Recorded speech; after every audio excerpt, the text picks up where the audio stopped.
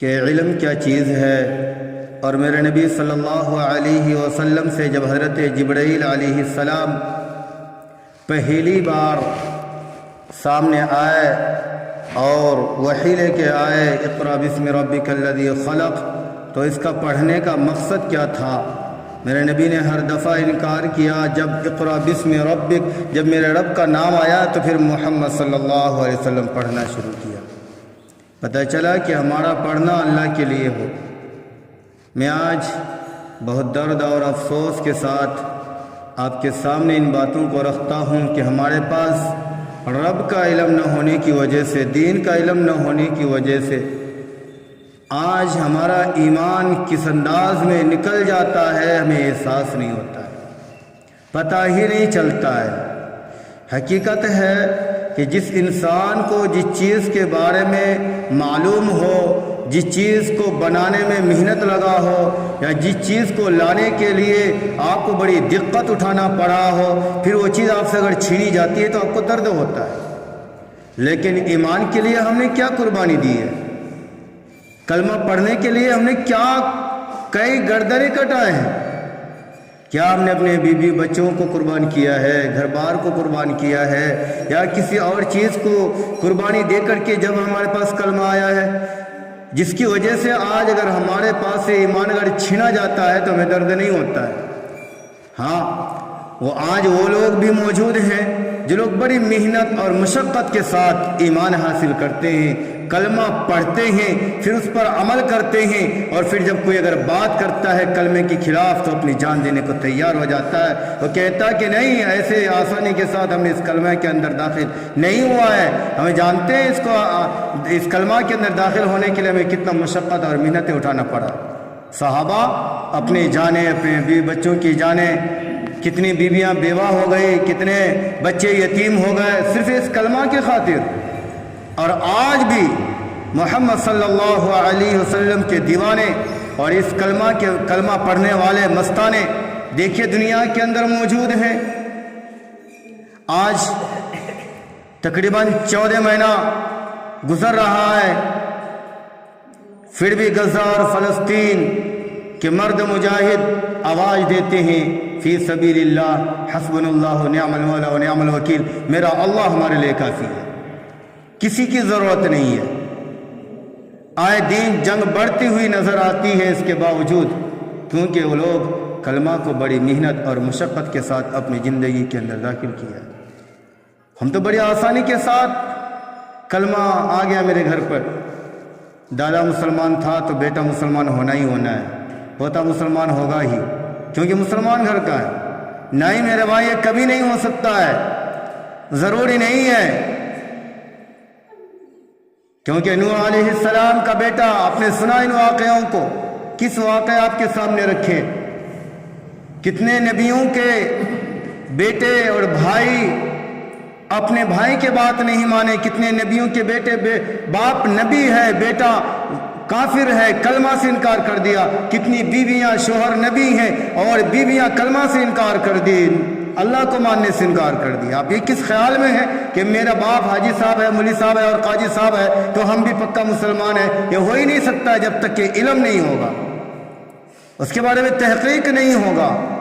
ہم جانتے ہیں کہ کلمہ یہ چیز ہے، ہم جانتے ہیں کہ میرے محبوب نے ہمیں یہ دیا ہے، ہم جانتے ہیں کہ میرے رسول نے اور اللہ کا حکم یہ ہے، یہ فرمان ہے. لیکن اگر ہم نے اپنے بچوں کو یہ تعلیم نہیں دیا، اپنے بیوی کو نہیں سمجھایا، اپنے بھائی کو نہیں سمجھایا، اپنے رشتہ دار کو نہیں سمجھایا، تو بیچارے تو جانتے نہیں ہیں، وہ الٹا سیدھا کچھ بھی کرے گا. ہم کریں گے، ہم ایمان والے رہیں گے، لیکن ہمارے بچے ایمان کے بارے میں نہیں جانیں گے تو ہمارے بچے کبھی کلمہ کے خلاف بات کریں گے، کبھی نبی صلی اللہ علیہ وسلم کے خلاف بات کریں گے، کبھی اللہ کی ذات کو تسلیم کرنے سے انکار کر دے گی، کہے گی کہ اللہ تو نظر نہیں آتا ہے. تو ہم کیا کریں گے اس میں؟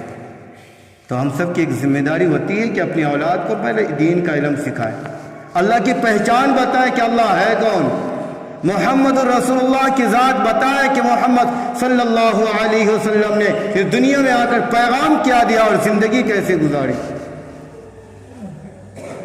آج ہمارے بچوں کے پاس دین کا علم نہ ہونے کی وجہ سے ہم دیکھ رہے ہیں سوشل میڈیا پر، فیس بک پر، یوٹیوب پر کتنے مسلمان سر پر ٹوپی ہے، داڑھی ہے، پہران ہے اور کہتے ہیں ہندو بھائیوں آپ کو دیوالی مبارک۔ نہیں لکھ رہے یہ باتیں، یہ کہتے ہیں، یہ فرماتے ہیں لوگ کہ میرے آقا صلی اللہ علیہ وسلم نے یہودی کی عیادت کیے ہیں، یہودی کے یہاں ان کے حال پرسی کے لیے گئے ہیں۔ میرے محبوب نے فرمایا ہے کہ اگر کوئی یہودی بیمار ہوتا تو میرے نبی اس کی عیادت کے لیے جاتے، اگر کوئی یہودی پڑوسی میں ہوتا، کوئی عیسائی پڑوسی میں ہوتا تو اس کا خبر رکھتے اور اس کو ایمان کا حصہ بتایا ہے۔ لیکن خبردار کیا ہے صحابہ کو؟ صحابہ نے فرمایا ایک مرتبہ کہ یا رسول اللہ صلی اللہ علیہ وسلم، ہم لوگ تو پہلے سے ایک تہوار مناتے ہوئے آ رہے ہیں، لیکن کلمہ پڑھنے کے بعد، آپ کی غلامی اختیار کرنے کے بعد کیا اجازت ہے؟ میرے محبوب صلی اللہ علیہ وسلم نے فرمایا نہیں، اب آپ کو اجازت نہیں ہے۔ ان کے غموں میں شریک ہونا ٹھیک ہے، وہ بیمار ہیں ان کے لیے عیادت کرنا، ان کو پیسے دینا ٹھیک ہے، ان کے تمام دردوں کو اپنا درد بنا لینا ٹھیک ہے، لیکن ان کے تہوار میں ان کو بڑھاوا دینا، حوصلہ دینا یہ تمہارے لیے جائز نہیں ہے۔ اللہ نے تمہارے لیے سب سے بڑی تہوار عید، بقر عید کا تہوار دے دیا ہے، نہیں جائز ہے۔ آج ہندوؤں کے گھر سے ہمارے گھر میں لڈو آتے ہیں تو شوق سے کھاتے ہیں، دیوالی کا مٹھائی آیا ہمارے گھر میں، ہمارا بچہ فنا کمپنی میں کام کر رہا تو کمپنی والے نے اتنا مٹھائی ہمارے گھر تک بھیج دیا اور شوق سے کھا رہے ہیں۔ اگر آپ نے عقیدت کے ساتھ کھایا ہے تو ایمان ختم، اور آپ نے اس کی حوصلہ افزائی کے لیے کھایا ہے۔ کسی بھی عالم سے اگر آپ پوچھیں گے حوصلہ افزائی کہ نہیں کھائیں گے، چلو بھائی اس کا بھی ایک تہوار ہے، چلو بھائی آپ کو مبارک، آپ اچھے تہوار منائیے، اچھے خوشی سے منائیے۔ اگر آپ نے حوصلہ افزائی کی ہے یہ حرام ہے۔ اب کہہ دیجئے ٹھیک ہے جانیے بھائی آپ کا تہوار ہے، ہم کو اس سے لینا دینا نہیں، میرا مذہب ہمیں منع کر رہا ہے۔ اس لیے قرآن کہتا ہے قُلْ يَا أَيُّهَا الْكَافِرُونَ لَا أَعْبُدُ مَا تَعْبُدُونَ، کہتا ہے قرآن۔ اس کا دن اسے مبارک ہے، تمہارا دن تمہیں مبارک ہے، تم اپنے دین کی حفاظت کرو، تمہارا دن تمہیں روکتا ہے۔ ہماری عید میں اگر وہ شامل ہو جاتا ہے کوئی بات نہیں ہے، منع نہیں ہے، لیکن ہمارا دن ہمیں منع کرتا ہے کہ تم اس کے تہواروں میں شامل نہ ہو۔ ہم اپنے دین کو فالو کریں گے نا، ہم اپنے رب کو مانیں گے نا، اپنے محبوب صلی اللہ علیہ وسلم کے راستے بتائے ہوئے راستے پر چلیں گے نا ہم ان کی باتوں پر چلیں گے۔ افسوس کے ساتھ کہنا پڑتا ہے کتنے مسلمان اپنے تخت بچانے کے لیے، اپنا سیٹ بچانے کے لیے، ہم نے کتنے مسلمان نیتاؤں کو دیکھا ہے کہ کبھی پانی میں جب ہمارے ہندو بھائی کھڑے رہتے ہیں تو وہاں جا کے ہاتھ کھڑے کے کہتے ہیں کہ دیکھو گنگا جمنی تہذیب ہے ہمارا۔ اب کی ایمان کا کیا ہے؟ لیکن جو پکے مسلمان ہوتے ہیں حقیقت میں یہ کبھی ایسے نہیں کرتے۔ ابھی آقا صلی اللہ علیہ وسلم کی ذات پر ان کمبختوں نے کچھ بولا، کچھ مسلمان نے تھے، کیا کہا؟ ایک نہیں ہزاروں تخت قربان ہیں لیکن محمد صلی اللہ علیہ وسلم کی ذات پر انگلی آنے نہیں دیں گے، یہ عہدہ کی کوئی ضرورت نہیں ہے۔ اور وہیں پر کچھ مسلمان، زیادہ پرسن مسلمان MP ہونے کے باوجود وہ خاموشی اختیار کر رہا ہے، اور کہ دونوں لے کے چلیں گے، کبھی نہیں ہو سکتا ہے ایک ناؤ پر ہی پیر رکھو گے تو صحیح چل سکتے ہو، کنارے پہنچ سکتے ہو۔ دو ناؤ پر اگر آپ نے پیر رکھا، کبھی کوئی ادھر بھاگیں گے کبھی ادھر بھاگیں گے، پھر آپ دونوں بیچ میں پھٹ جائیں گے، آپ انسان کہنے کے قابل نہیں رہیں گے، کوئی آپ کا نام لینے والا نہیں ہوگا۔ آج ہم مسلمانوں کا حال یہی ہو گیا ہے کہ ہم ان کو بھی دیکھ رہے ہیں، اپنا مذہب کو بھی دیکھ رہے ہیں، ان کو بھی دیکھ رہے ہیں، جس کے نتیجہ میں یہ آخر میں فیصلہ ہونا پاتا ہے کہ مسلمانوں کا نام لینے کے لیے کوئی تیار ہو۔ الف سنکھیا آپ کو گنا جاتا ہے، آئے دن آپ یہ سننے میں آتا ہے، کیا ہم الگ سنکھیا میں؟ مسلمانوں اب بھی تو ہمیں غور کی ضرورت ہے۔ کتنی ہماری بچیاں، کتنے ہمارے نوجوان بھائی آج اسکول اور ٹیوشن اور کوچنگ میں پڑھ کے وہ پٹاخے پھٹا رہے ہیں۔ ہم دیکھیں جیسے ہمارے سماج میں ایک بھی ہندو نہیں ہے، یہاں سے لے کے وہاں تک، ایک بیچاری ہے صرف اکیلی تنہا، لیکن کتنے بچوں کو دیکھا ہے پٹاخہ پھٹاتے ہوئے؟ یہ باپ نہیں دیکھ رہے، یہ بھائی نہیں دیکھ رہے، یہ کیا ان کے ذمہ داران نہیں دیکھ رہے؟ اللہ اس کے بارے میں ہم سے سوال نہیں کرے گا؟ اور جب ان بچوں کو اور کہا جائے کہتے ہیں نہیں ہم اسکول میں پڑھتے ہیں، ہمارے لیے سب ٹھیک ہے۔ پھر جس اسکول میں سب ٹھیک ہے تو ایسے اسکول میں ایمان والے کو پھر جانا نہیں چاہیے۔ کیوں؟ ہم لوگ اسکول میں نہیں پڑھے تھے، ہم لوگ بھی اسکول جاتے تھے، کوٹھی ٹورا پڑھتے تھے، شاہنگرہ جاتے تھے، اسکول میں قرآن کی تعلیم بھی ہوتی تھی، اماں پرا بھی سناتے تھے اور اردو بھی سناتے تھے اور سختی کے ساتھ سنتا بھی تھا۔ لیکن آج افسوس ہے کہ وہ کہاں چلے گئے وہ بچے؟ ٹیچر تو ہے، بچے نہیں ہیں۔ بچے کہتے ہیں ہم اردو نہیں پڑھتے، اردو میں ہم اپنا سلیبس ہی نہیں رکھتے، اپنے نصاب میں اردو ہی نہیں رکھیں۔ جب آپ اردو ہی نہیں رکھیں تو آپ کی پہچان کہاں رہا؟ آپ نے اپنے ہاتھ سے خود اس کو مٹا دیا ہے۔ مسلمانوں، ہولی کا ہو یا کسی اور تہوار کا ہو، مسلمانوں کے لیے جائز نہیں ہے کہ ان کے ان تہواروں میں ان کو مبارکباد پیش کرنا، ان کے لیے جائز نہیں ہے۔ اس لیے علم کا حاصل ہونا بہت ضروری ہے کہ دین کا علم کیا کہتا ہے، کس تہوار سے روکتا ہے، کس سما اور کس کام سے روکتی ہے۔ ہمارا یہ دین کا علم ہمیں بتائے گا، صحیح راستہ ہمارا دین کا علم بتائے گا۔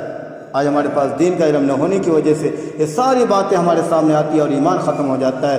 حقیقت ہے، اب پاکستان کا نام آپ نے سنا ہے نا، پاکستان مسلمان حکومت ہے، وہاں پر بادشاہ مسلمان ہے۔ مولانا عبدالحنان صاحب کو آپ لوگ تقریر سنتے ہیں، موٹا کر کے خوب قاری حنیف صاحب کے انداز میں تقریر کرتا ہے، بڑی اچھی انداز میں تقریر کرتا ہے۔ ابھی وہ فیس بک میں اس کا تقریر ہم نے سنا تازہ، آپ کو ایک کارگزاری سناتا ہوں، کس اسکول میں بچے کو پڑھانا چاہیے، کس اسکول میں نہیں پڑھانا چاہیے۔ میں کارگزاری آپ کو سنا رہا ہوں، اگر آپ لوگ فیس بک میں دیکھے ہوں گے تو دیکھے ہوں گے، پھر بھی تازہ ہو جائے گا آپ کا ذہن۔ ان کی بچی نے کہا ابا مجھے ڈاکٹر بننا ہے۔ تو بیٹا ٹھیک ہے، بہت اچھی بات ہے، آپ کی سوچ ہے، آپ تو الحمدللہ حافظہ بھی ہے، عالمہ بھی ہے، اب ڈاکٹر بھی بننا چاہتی ہے، اچھی بات ہے، چلو فلاں کالج میں آپ کا میں ایڈمیشن کرا دیتا ہوں۔ بچی 4-5 دن گئی اور 4-5 سہیلی مل کے برقع پہن کے گئی، تو وہاں کے کچھ ہندو بچے، وہاں پر بھی ہندو ہیں، اور ہیڈ ماسٹر مل کے کہا کہ یہ برقع ہمارے اسکول پہن کر کے آپ لوگ نہیں آئیں گے۔ مولانا عبدالحنان صاحب کی بیٹی گھر میں آئی، باپ کو کہنے کی کس کو ہمت ہوتی ہے، ماں سے کہہ رہی ہے ماں ابا کو کہیے نا برقع پہن کے جانے کے لیے بڑا مشکل ہے، سب بچے ہنس رہے ہیں، مذاق اڑا رہے ہیں، مذاق اڑا رہے ہیں، سب بچے ہنس رہے ہیں، اور ہم 5-6 بچیاں ہیں جو برقع پہن کے ہم لوگ اسکول جاتی ہیں۔ کسی کو کہنے کی اب ہمت نہیں ہے۔ ابا نے سنا کہ بیٹا کچھ باتیں ہو رہی گھر میں، ہم سے کون ہے، میں تیرا دوست ہوں۔